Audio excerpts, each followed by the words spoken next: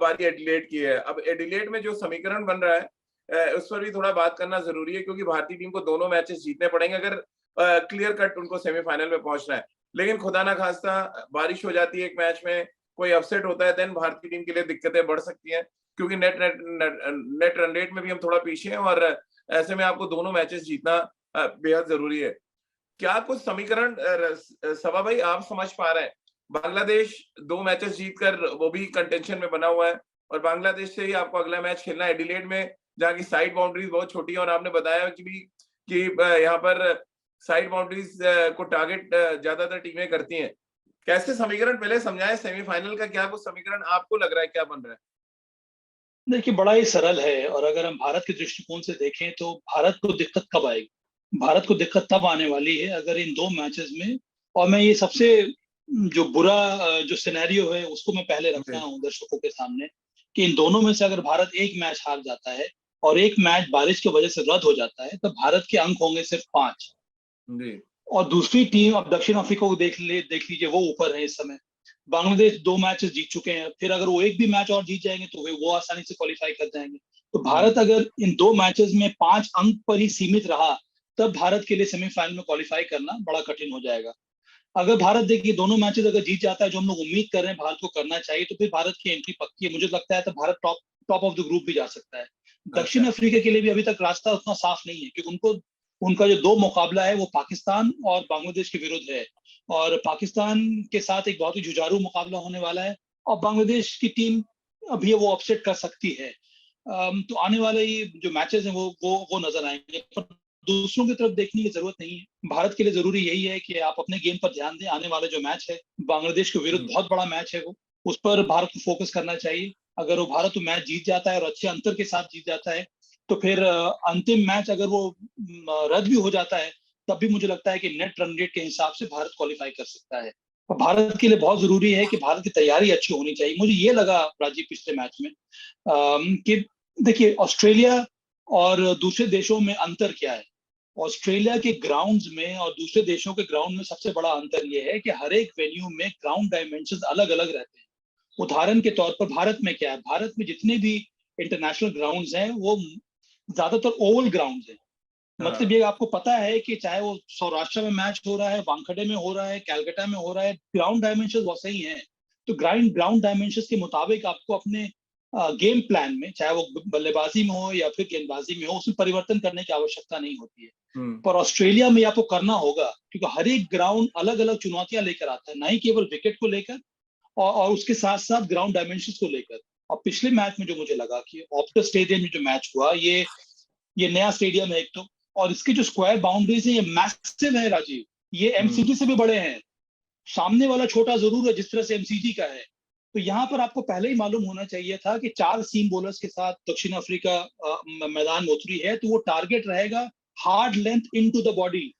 हाँ। और प्रयास यही रहेगा दक्षिण अफ्रीका के पेस बॉलर्स के कि आप उनको ऑफ स्टंप के बाहर जगह ना दे या फिर लेग स्टंप के बाहर जगह ना दे। और यही किया दक्षिण अफ्रीका के बॉलर्स ने, उन्होंने टारगेट किया हार्ड लेंथ शॉट पे डिलीवरी इनटू द बॉडी, ताकि अगर आप पुल भी करें, स्क्वायर अगर शॉट भी खेलना चाहे, तो इतनी बड़ी बाउंड्री है ऑन साइड में, आप क्लियर नहीं कर सकते हैं। और ये दोनों टीमों के साथ हुआ है। आपने देखा कल एडियन मैक्रम ने जो छक्का लगाने का प्रयास किया था ऑन साइड में स्क्वायर बाउंड्री में, विराट कोहली वहां मौजूद थे और 10 यार्ड अंदर उनके हाथ में बॉल गई थी। तो साइड बाउंड्री क्लियर करना बहुत मुश्किल है। तो प्रयास यही था दक्षिण अफ्रीका के जो बल्लेबाज है भारत के, उनको ऑफ स्टंप के बाहर विकेट ना दिया जाए, और उसी में उनको सफलता मिली है। इस प्रकार से आपको एडलेड में भी प्लान करनी होगा कि एडलेड के बारे में सबको पता है कि ग्राउंड डायमेंशन जो है, साइड छोटे हैं, बड़ा सामने वाला लंबा है। आपको पहले से मालूम होना चाहिए कि यहाँ पर बॉलर्स क्या टारगेट करेंगे। वहां पर पेस बॉलर आपको सामने डालेंगे, क्योंकि सामने ज्यादा बड़ा है। और हमारी टीम में सिवाय सूर्य कुमार यादव के और ऐसा कोई बल्लेबाज नहीं जो 360 शॉट खेल सकता है। तो आपको अपने हिसाब से तैयारी करनी होगी। आपको पहले मालूम होना चाहिए कि यहाँ पर क्या टारगेट होगा पेस बॉलर्स का। अब आर अश्विन ने क्या किया, 2 जो छक्का लगाया, 3 छक्का जो डेविड मिलर ने लगाया, वो कहाँ लगाया, उनको सीधा मारा।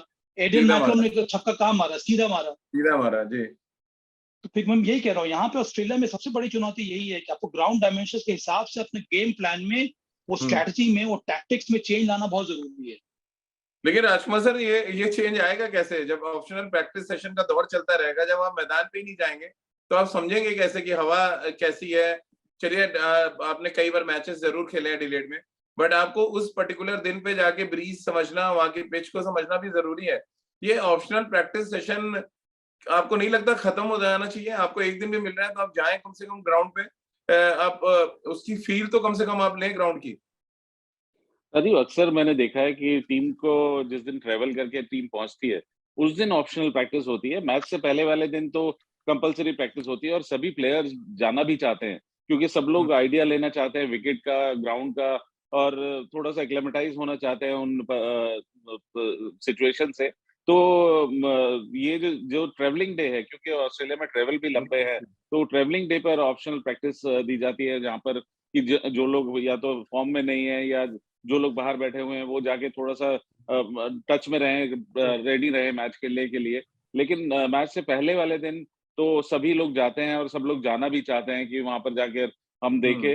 हाँ, लेकिन इम्पोर्टेंट है कि यहाँ पर अगर ऑप्शनल भी आपको प्रैक्टिस मिल रही है तो आप वो करें, क्योंकि बहुत बड़ा टूर्नामेंट है और बिल्कुल डिफरेंट परिस्थितियां हैं। भारत में जो आप जिस तरह के ग्राउंड्स में खेलते हैं, जिस तरह के विकेटों पर खेलते हैं, ऑस्ट्रेलिया बिल्कुल डिफरेंट है। तो आपको जितना मौका मिले प्रैक्टिस करने का, मेरा भी यही मानना है कि आपको ज्यादा से ज्यादा वहां पर जाकर प्रैक्टिस करनी चाहिए, जिससे आप यूज टू हो उन पर्टिकुलर ग्राउंड्स के। सभा भाई, क्योंकि मैं बात थोड़ी वेदर की भी करूंगा यहाँ पे। ऑस्ट्रेलिया में आमतौर पर इस सीजन में इतनी ज्यादा ठंड नहीं होती। मैं भी एडिलेड उतरा हूँ और यहाँ 12 डिग्री टेम्परेचर है। कितना बड़ा रोल आप वेदर का देख रहे हैं इधर भी, जो कुछ भी रिजल्ट्स आ रहे हैं, कैसे देख रहे हैं आप उसको? देखिए राजीव, सबसे बड़ी बात तो यह है कि ये समय शेड्यूल नहीं होना चाहिए था वर्ल्ड कप ऑस्ट्रेलिया में। ये जी। सबको पता है। और आप जितने भी आप वहां पर लोकल से आप बातचीत कर रहे होंगे, सबों ने आपको यही कहा होगा कि ये एक तरह का मानसून सीजन है वहां पर। इस समय बारिश होती है। और आईसीसी एक प्रकार से फ्लेक्सिबल विंडो रखता है विश्व कप के लिए। पर जनरली ये जो बड़ी टीमें हैं, ऑस्ट्रेलिया, इंग्लैंड, इंडिया, हाँ, ये जो 3-4 स्ट्रॉन्ग नेशंस हैं, वो प्रेफर करते हैं इस समय विश्व कप खेलना, क्योंकि ये एक ऐसा विंडो है जहां पर उनके खुद के कुछ बायलैटरल एंगेजमेंट होते नहीं है। और इसी वजह से आईसीसी को भी इस समय शेड्यूल करना पड़ा। तो बहुत जरूरी है कि क्योंकि एक बहुत बड़ा टूर्नामेंट आप करा रहे हैं, विश्व कप करा रहे हैं, कि यहाँ पर एक सही विंडो में अगर आप कराएंगे तो इस तरह की दिक्कतें आएंगी नहीं। अब ये हो सकता है कि आप ग्रुप 1 की बात करें कि दो बड़ी टीम है, ऑस्ट्रेलिया और इंग्लैंड, हो सकता है बारिश की वजह से वो क्वालिफाई ना करें। जो मजा आना चाहिए विश्व कप का, वो धूमिल सा हो जाता है। तो इस पर ध्यान देना देना चाहिए था आईसीसी को, या फिर सभी नेशंस को जो भाग ले रहे हैं इसमें। चलिए, वो एक बात हो गई।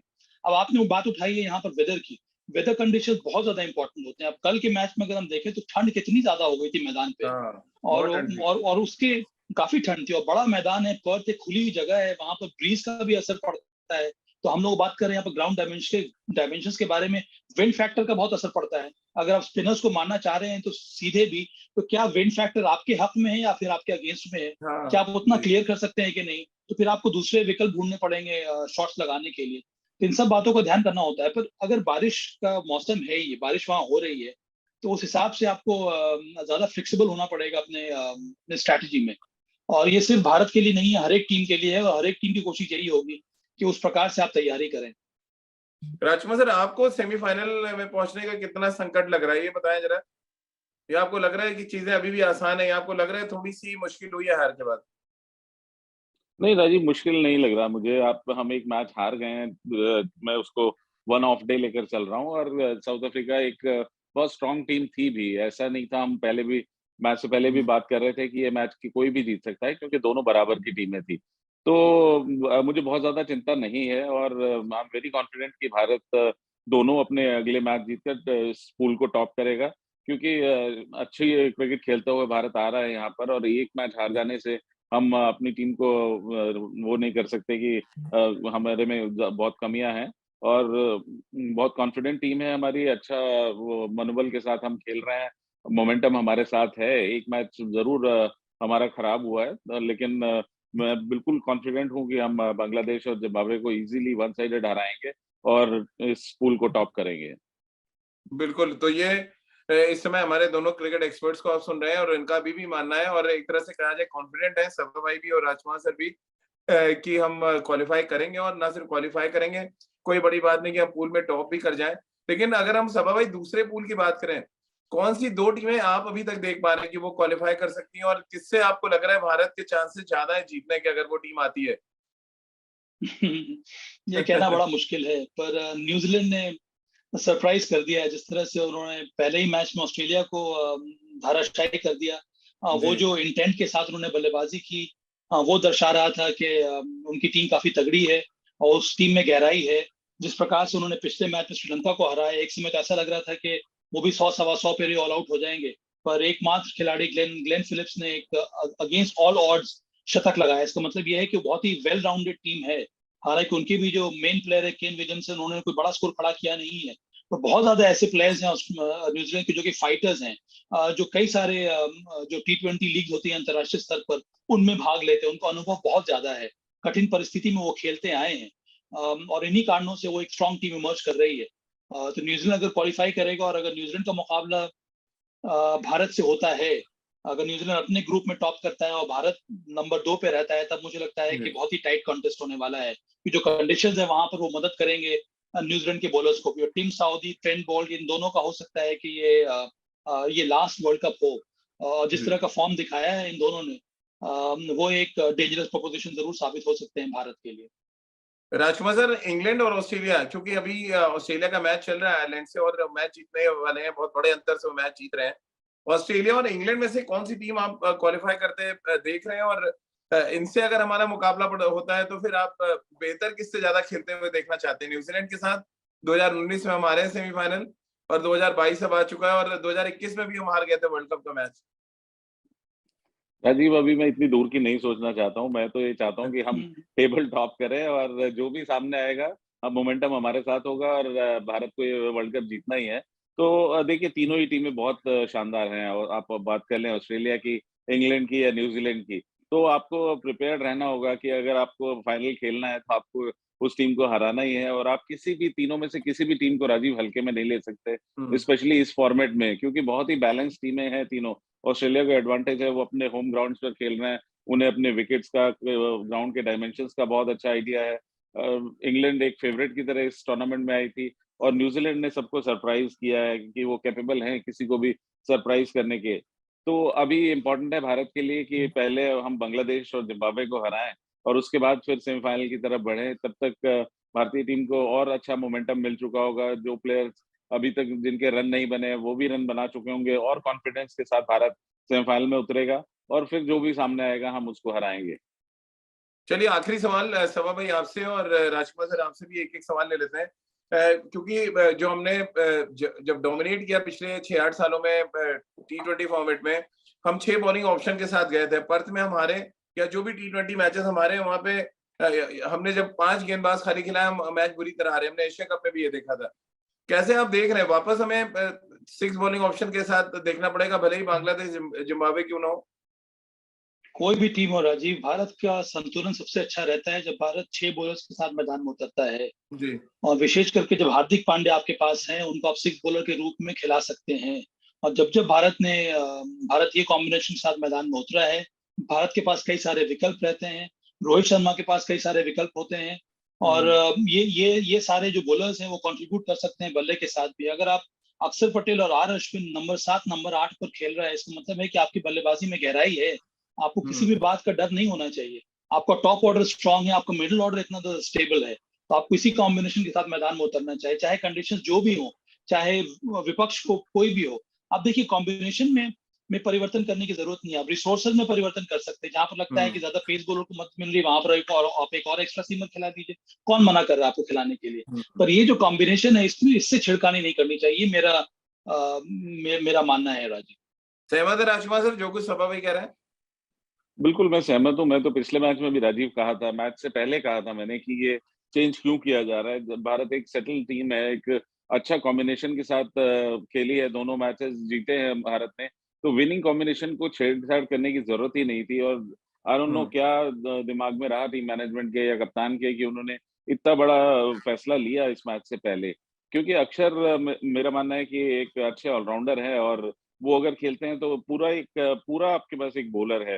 आप जी। एज इट इज, जब भी आपने देखा कि हुडा को ये सोचकर खिलाया गया कि वो बॉल डाल सकते हैं, लेकिन रोहित ने आज तक कभी उन पे कॉन्फिडेंस दिखाया नहीं है क्योंकि उनको गेंदबाजी कराई हो। तो जब कप्तान को नहीं कॉन्फिडेंस आता कि वो छठे बॉलर हैं, तो भारत को एक रेगुलर बॉलर के साथ ही जाना चाहिए था।